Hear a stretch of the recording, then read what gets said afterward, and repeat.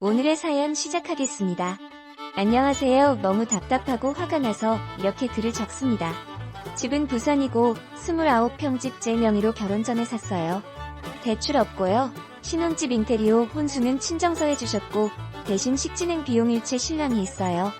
예단 310호 드리고 안 돌려받기 했고 결혼 반지는 없고 제 다이아 반지만 1.5캐럿 하나 했는데 다이아는 친정엄마가 준 거고 금값이랑 수공비만 신랑이 냈어요. 급여가 신랑이 600 제가 300이에요. 결혼식하고 목돈 받은 적은 없고요. 생활비 150 받고 있어요. 나머지는 제가 저축하고 있습니다. 애 나오고 나면 200 주기로 했고요. 신랑은 월 200시댁에 생활비 붙이고요. 친정에는 용돈 안 드립니다.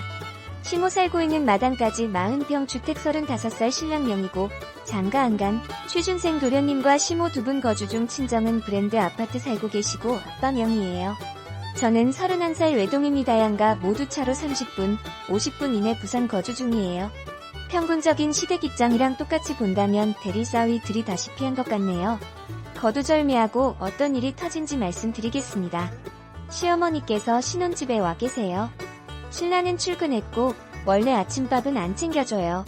현재 37주로 지난주부터 출산휴가 들어가서 집에서 노는 중이에요. 시어머니가 신랑 아침밥 가지고 하시길래 그냥 대꾸 안 했어요.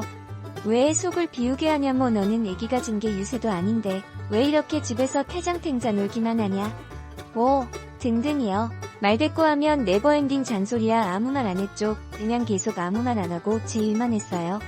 근데 갑자기 제 이름을 부르시더니 제 뺨을 기분 나쁘게 손가락으로 밀면서 왜 대답 안 하냐고 뭐라 하시더라고요.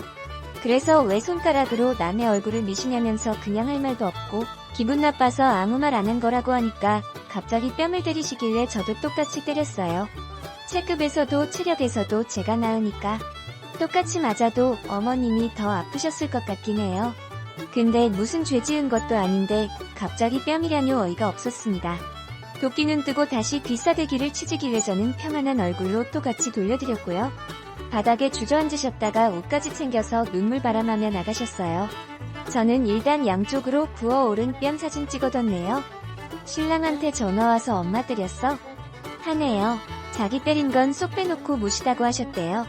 그래서 저도 제가 때린 건 쏙 빼고 아침밥 안 차려줬다고 뭐라 하시길래 대꾸 안 했다가 맞았다고. 저도 우는 소리하며 가진 불쌍한 척 다 했어요. 엄마 말이 안 그래도 이상했다며 장모님 모셔서 쉬고 있으라고 전화 끊었어요. 일러도 참하하 아무것도 안 했는데 무스하고 때릴 리가 없건만은 똑같이 갚아줘서 속은 시원한데 내심 무섭긴 해요. 담담한 줄 알았는데 가슴 끼고 손이 떨려서 친정 엄마한테 알려야겠죠. 제가 잘한 건 아니지만 폐륜적인 행동을 한 걸까요? 라고 보내주셨습니다. 후기도 같이 있으니 바로 후기 들어가겠습니다. 제가 잘했던 건 아니었는데 의견이 분분하더군요. 저는 어릴 때부터 많이 맞고 자랐어요. 아빠가 꽤 엄하셨거든요. 엄한 아빠 밑에서 어제 같은 일이 왜 생겼냐고 물으심할 말은 없네요. 그럼에도 집에서든 학교에서든 뺨을 맞아본 적은 없어요. 성인이 되고는 부모님들조차도 제가 잘 못해도 체벌은 하지 않으셨어요. 어제 일 친정에 얘기하면 아마 아빠는 저를 혼내실 테고 엄마는 중립이거나 제 편이시겠죠. 당신들조차 손 찍어 맞지 않는 다 큰 자식이 맞고 다녀도 된다고 생각하실 리는 없으실 거고 저는 임산부가 아니라도 맞고 살 생각이 없어요. 제가 37주 얘기한 건 맞벌이 중이지 집에서 놀고 먹는 게 아니란 걸 얘기하고 싶었던 거고 임산부 대 시어머니 프레임을 씌우고 싶었던 거 아니에요. 제가 좋아서 다닌 거고 남편을 제외한 다른 분께 임신 유세 같은 건 부릴 생각 없어요. 아시는 분들은 아시던데 남편과 전화해 엄마가 한 말이 앞뒤가 안 맞더라. 끊는 거 보시면 평소에도 얼마나 막장이었겠어요. 저는 성인 되고 누군가와 크게 트러블을 일으킨 적이 없어요. 소리 질러 본 적도 없네요. 감정이 격해지거나 대화가 안 되는 상황이면 자리를 피하는 스타일이고 남이 한 얘기 중 얼척 없는 건 한 귀를 듣고 한 귀로 흘리기도 잘해요. 임신하기 전 제 마음속의 우선순위는 1. 친정 2. 지금 내 가정이었고 임신하고 나서는 1. 가정 2. 친정 3. 시댁이 됐어요. 임신 전에는 사실 시댁까지 내 가족인 것 같지 않더라고요. 그냥 기본돌이만 했고 그래서 남이 뭐라던지 그냥 이해가 갔어요. 막말을 해도 나를 괴롭혀도 노인네가 그럴 수도 있지 하는 마음으로. 근데 내 마음속에서 가족이 되고 나니까 안 흘려지고 조금씩 쌓이네요. 마음도 애정이라잖아요. 그래서인가 봐요. 이제 신랑과는 자식이란 혈연으로 묶였고 그럼 시댁도 남이 아니라 생각했더니 가족갈이 이럴 수 있나 싶어서 참 많이 참았네요. 같이 데린 건 100번 잘못했지만 먼저 친 거랑 맞고 친 거랑 같나요? 댓글로 고소장 날렸어야 한다는 것도 있던데 오히려 그러면 더 이혼 아닌가요? 시모같이 때릴 때 이혼 생각은 없었거든요. 어제 저녁에 신랑 퇴근하고 와서 오전 상황 가감없이 얘기했어요. 제 예상지는 2일 신랑이 이러지도 저러지도 못하다. 2. 신랑이 시모 중재해서 사과하게 만들면 같이 사과드려겠다. 중에 하나였어요. 1번일 확률이 크다 생각했고 그래도 서운해하지 않기로 했죠. 저처럼 우리 가정이 비읍순이라면 저거 외에 다른 행동은 없을 테니까요. 예상외로 신랑이 무릎 꿇고 자기가 사과하면서 그래도 제가 먼저 사과드리길 바라더라고요. 선택지엔 있지도 않은 일요. 신랑을 알고 지낸 4년 동안 처음 생긴 갈등이었어요. 그렇게 어제는 각방을 쓰고 오늘 신랑 출근 전에 일어나서 캐리어에 짐 싸놓고 출근할 때 들고 가라고 했네요. 당신은 기회를 놓쳤으며 내가 1순위가 되거든 집에 다시 들어오라고. 그때 시댁과 나는 완전히 분리될 것이며 앞으로 시댁 지원은 일도 허용하지 않겠다고요. 신랑은 이러지도 저러지도 못하고 일단 짐 들고 출근해서 오전 내내 전화 오길래 차단했고 시모도 아차 싶었는지 울며불며 전화 오길래 차단했고 도련님도 자기가 더 죄송하다고 카톡 오길래 읽씹했어요. 이러려고 집사 났나 싶고 비빌 언덕 있다는 게 이렇게 마음의 위안이 되는 거지 몰랐네요. 또 욕먹겠지만 진짜 고소장으로 엿먹일 수 있는 남도 아니고 시모 같이 때린 거 후회하네요. 잠깐의 판단으로 생각보다 일이 너무 커졌지만 잘 해결해볼게요.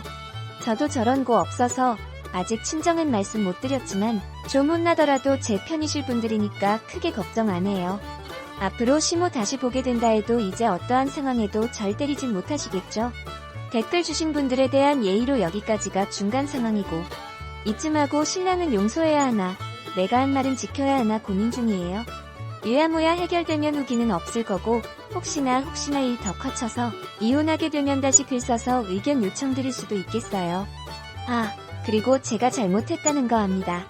자랑할 일 아닌 거란 것도 알고 부모님께 부끄러운 일인 것도 알고 똑같은 사람 됐다는 것도 압니다. 그래도 똑같은 일 생기면 또 똑같이 할 것 같아요. 그때 당시 처음 경험해보는 일이라 어떻게 해야 할지도 몰랐고 그냥 딸아이 얼굴만 떠올랐습니다. 우리 딸이 대학 졸업하고 좋은 사람 만나야 되는데 지아비가 저런 사람이었는데 결혼해서 우리 딸까지 불행하고 힘들어지면 어쩌지. 딸 걱정뿐이었습니다. 한참을 현관문 앞에 주저앉아 있다 보니 손이 옥신거렸습니다. 손으로 얼마나 때렸는데 지 손에 멍이 든 느낌이었어요. 그 뒤로 남편에게 난 이혼 못해준다. 우리 딸 결혼 전까지는 안 된다라며 남편 새끼한테 말했고 그 뒤로 남편은 미안하다는 말뿐 당신이 원하면 모든 거 다 주고 나가겠다고 하더군요. 너무나 당당하게 다시 찾아온 그녀는 이혼을 요구했으며 저는 이를 악물고 몇 개를 버티다 결국 이혼을 결정하게 되었습니다. 아무리 내가 강하게 버티고 있었지만 나의 평생의 동반자에게 그렇게 큰 배신을 당하고 다니 감당할 수가 없겠더라고요. 친정집과 시댁에 모두 알리게 되었고 친정오빠가 바보같이 왜 그렇게 버티나며 한번 돌아선 마음은 다시 돌리기 힘들다고 늦지 않았으니 네 인생 다시 살아보라고 충고해주더군요. 그렇게 정신을 차려보니 왜 내가 그렇게 몇 개월을 버텼는지 바보처럼 느껴졌습니다. 딸아이도 본인 때문에 그렇게 버티는 거 못 보겠다. 엄마가 아빠를 버린다 해도 나는 괜찮다 그런 아빠 다시는 보고 싶지도 않고 그 여자랑 살으라고 내쫓아버리라고 하더군요. 저는 그렇게 남편에게 모든 재산을 다 받고 남편이랑 그렇게 갈라서게 되었네요. 전 남편과 그 여자는 부동산 일하면서 만났었고 만난 지 10년이 넘었다고 들었습니다. 그동안 사와 달 모르게 10년을 만나고 있었다는 말에 더 충격을 받았던 것 같아요. 꼬리가 길면 잡히게 되어 있다는데 너무나도 긴 꼬리를 제가 그때 당시 너무 늦게 알아차렸던 거였죠. 지금은 그 여자랑 살고 있는지는 잘 모르겠습니다. 딸 때문에 통화만 했을 뿐 그런 말은 서로 주고받지 않았으니까요. 그냥 지금은 별 감정이 없지만 이렇게 사연을 올리면서 예전 그때를 회상하니 속이 조금은 부글부글해지네요. 뭐 저에게 남은 건 큰 집과 남편 전 재산이고 알맹이 없던 깡통 같은 전 남편 논버려 벌었으니 불행은 지나가고 지금은 더 좋고 행복한 것 같습니다. 사랑이 밤며거 질주하는 미련 안전 남편이 언젠가는 그걸 깨닫게 되는 날이고 오기를 바라며 이만 저의 즐겁지 않았던 과거 이야기를 마치도록 하겠습니다. 라고 사연 올려주셨습니다.